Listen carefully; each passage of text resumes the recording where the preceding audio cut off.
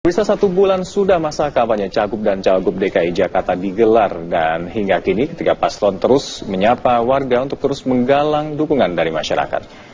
Calon Gubernur nomor urut 1 Agus Yudhoyono hari ini mengikuti sarapan bersama dengan warga di Jalan Tembaga Dalam, Kemayoran, Jakarta Pusat. Di sela-sela sarapan, Agus mensosialisasikan program-program unggulannya, terutama soal membangun Jakarta tanpa menggusur. Setelah itu, Agus juga mengunjungi Pasar Bedeng dan berdialog dengan pedagang setempat. Agus menjanjikan bantuan modal usaha sebesar 50 juta rupiah bagi para pedagang. Sementara itu, kegiatan unik dilakukan oleh pasangan calon petahana Ahok Jarot di rumah Lembang, Jakarta bersama dengan sejumlah artis ibu kota. Ahok Jarot melakukan aksi manekin bareng di hadapan para pendukungnya. Sejumlah musisi yang hadir mendukung Ahok, diantaranya rapper Iwaka, penyanyi Tompi, penyanyi hip hop J-Flow, dan juga Neo. Selain aksi manekin dan menyanyi bersama, Ahok Jarot juga terus menerima pengaduan dari warga yang datang ke rumah Lembang ini.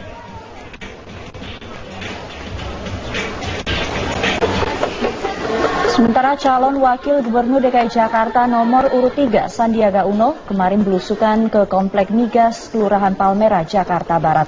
Sandi mendengarkan segala keluhan warga soal daerah tempat tinggal yang banjir sejak 3 tahun terakhir karena dibangunnya universitas swasta. Sandi berjanji akan mengkaji ulang tata ruang di kawasan Palmerah agar warga terbebas dari banjir.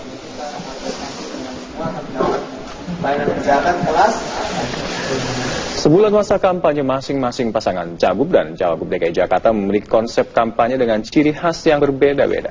Agus Yudhoyono mengadopsi gaya kampanye Presiden ke-6 SBY yang berpidato di hadapan para pendukungnya. Sementara Ahok lebih kerap bertatap muka di rumah Lembang, sedangkan Anies Sandi yang masih mengandalkan kampanye ala belusukan.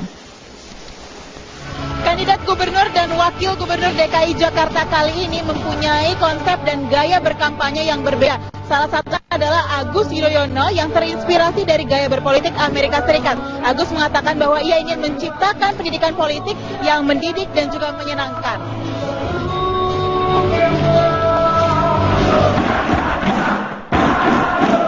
Inilah gaya kampanye khas Cagup DKI nomor urut 1, Agus Yudhoyono.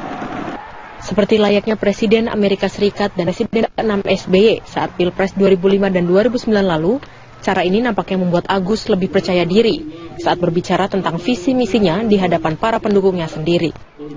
Jalan-jalan ke pasar minggu, jangan lupa naik Kopaja, mantapkan hati untuk nomor 1, Agus Silvi untuk Jakarta aman dan sejahtera.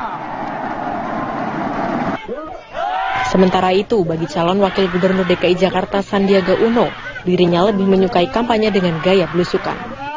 Pasangan Anies Sandi menilai cara belusukan lebih efektif karena dapat bertemu langsung dan mendengar keluhan warga.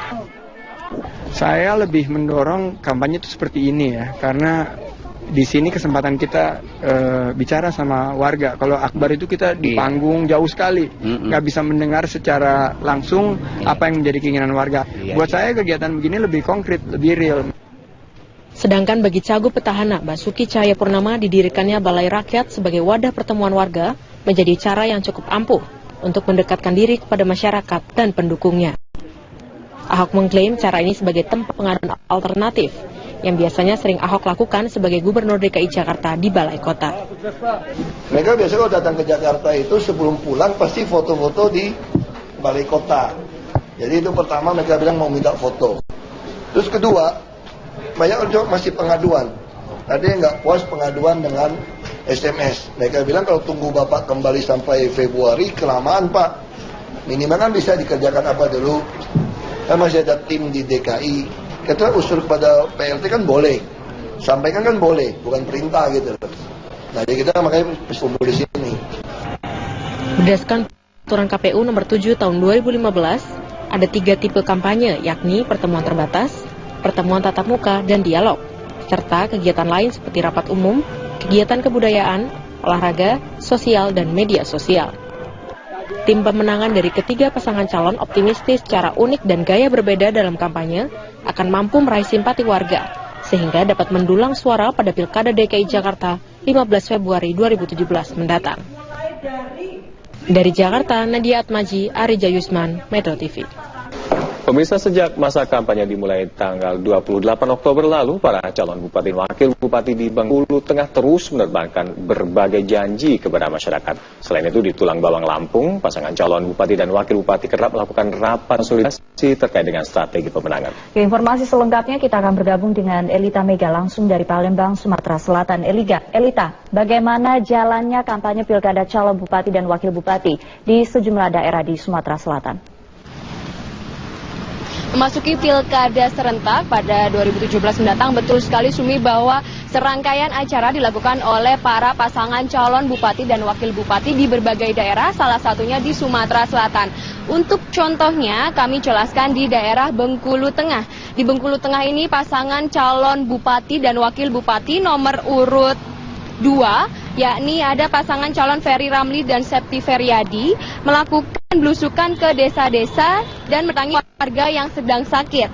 Dalam belusukan dan kunjungannya kali ini, paslon ini berjanji akan mensejahterakan masyarakat Bengkulu Tengah, diantaranya dengan memberikan pengobatan gratis dan harga pupuk yang lebih murah, serta membuat jalan usaha tani lebih baik lagi. Selain itu, untuk paslon nomor urut 3, yakni ada Muhammad Sobri dan Aspian yang maju dari jalur perseorangan, juga melakukan belusukan ke desa-desa dan juga melakukan interaksi dengan warga untuk mendengarkan langsung saran dan kritikan serta aspirasi masyarakat. Sedangkan paslon nomor urut 1, yakni Medio Yulistio dan Abdul Rani, hingga saat ini belum melakukan kampanye dan belusukan ke desa-desa. Selain itu, Sumi, di daerah Sumatera Selatan lainnya, yaitu di daerah lainnya, yaitu di Tulang Bawang Lampung, dalam rangka kampanye, pasangan calon nomor urut 3, yaitu Winarti Henry Wansyah, yang didampingi tim pemenangan menggelar rapat konsolidasi tatap muka dengan pengurus ranting Partai PDIP, PAN, Perindo, dan juga dihadiri simpatisan pendukung lainnya. Dalam pertemuan ini, paslon berjanji akan memfokuskan pembangunan jalan raya serta bedah rumah bagi warga yang kurang mampu. Dan sementara itu, untuk pasangan calon lainnya, yaitu Sarnubi Soleha, pasangan nomor urut 1 dari jalur perseorangan, juga menggelar tatap muka di Kampung Mangala Timur, Tulang Bawang Lampung. Dan pasangan calon ini berharap seluruh pengurus partai untuk bersatu dan bergotong royong untuk memenangkan pasangan Winarti Hendriansa dalam pilkada serentak mendatang. Dan selain itu, Sumi, di wilayah Sumbaksel sendiri juga ada dalam rangka kampanye di wilayah Pringsewu, yaitu nomor urut 3, pasangan calon Siti Rahma melakukan sosialisasi di pasar-pasar yang ada di Pringsewu.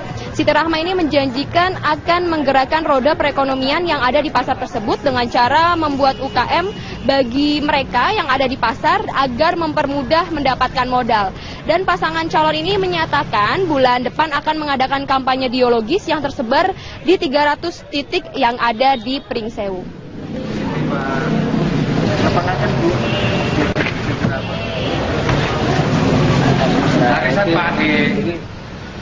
Tentunya masyarakat saat ini berharap agar ke seluruh pasangan calon bupati dan wakil bupati ini untuk menepati segala janji-janji manis yang dinyatakan pada saat kampanye. Untuk sementara demikian, Sumi, kembali ke Anda. Terima kasih, Elita Mega melaporkan langsung dari Palembang, Sumatera Selatan.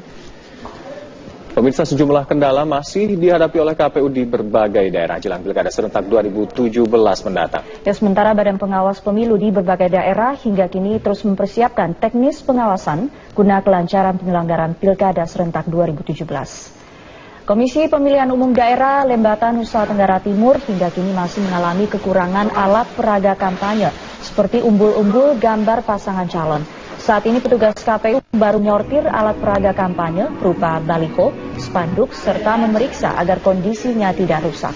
Ya, pihak KPU berharap agar setelah menerima alat peraga kampanye ini, para pasangan calon dapat segera menurunkan baliho dan spanduk masing-masing pasangan calon dan menggantikannya dengan APK yang dibagikan sebelumnya oleh KPUD.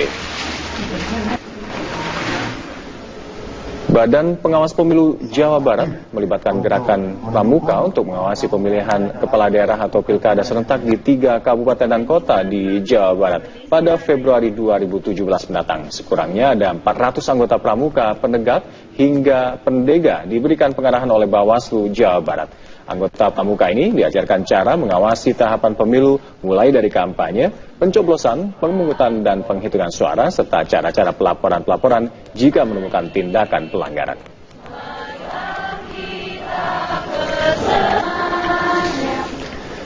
Komisi Pemilihan Umum meminta pemerintah untuk proaktif mengidentifikasi penduduk yang belum memiliki kartu tanda penduduk elektronik. Pasalnya hingga kini masih ada 1,5 juta penduduk yang tersebar di 101 daerah peserta pilkada yang belum memiliki iktp. Ketua KPU Juri Ardiantoro mengingatkan hal tersebut terkait dengan peraturan baru tentang syarat menjadi pemilih, yaitu penduduk yang memiliki iktp ataupun surat kependudukan dari Dinas Kependudukan dan Catatan Sipil. Kedua hal tersebut menjadi instrumen penting dalam pelaksanaan pilkada, sehingga pemerintah perlu menangani secara serius permasalahan ini. Ya, untuk itu KPU meminta pemerintah, dalam hal ini Kemendagri, untuk proaktif mengidentifikasi penduduk yang belum merekam diri untuk KTP elektronik ataupun yang belum mendapatkannya. KPU juga meminta pemerintah agar memfasilitasi penduduk mendapatkan surat keterangan dari Dinas Kependudukan dan Catatan Sipil. KPU Republik Indonesia juga bersedia meminjamkan data penduduk yang dimiliki agar memudahkan Kemendagri dalam mengidentifikasi para penduduk. Tapi kita melupakan orang tua kita, padahal bunda kita. Surat keterangan kependudukan itu tidak hanya diurus oleh masyarakat atau oleh pemilih, tetapi juga pemerintah itu harus proaktif juga untuk mengidentifikasi siapa-siapa yang belum punya iktp elektronik. Dan data itu bisa diberikan oleh KPU. KPU memiliki data yang bisa dipakai oleh pemerintah untuk mengidentifikasi siapa-siapa yang belum punya KTP elektronik, sehingga pemerintah bisa memberikan surat keterangan.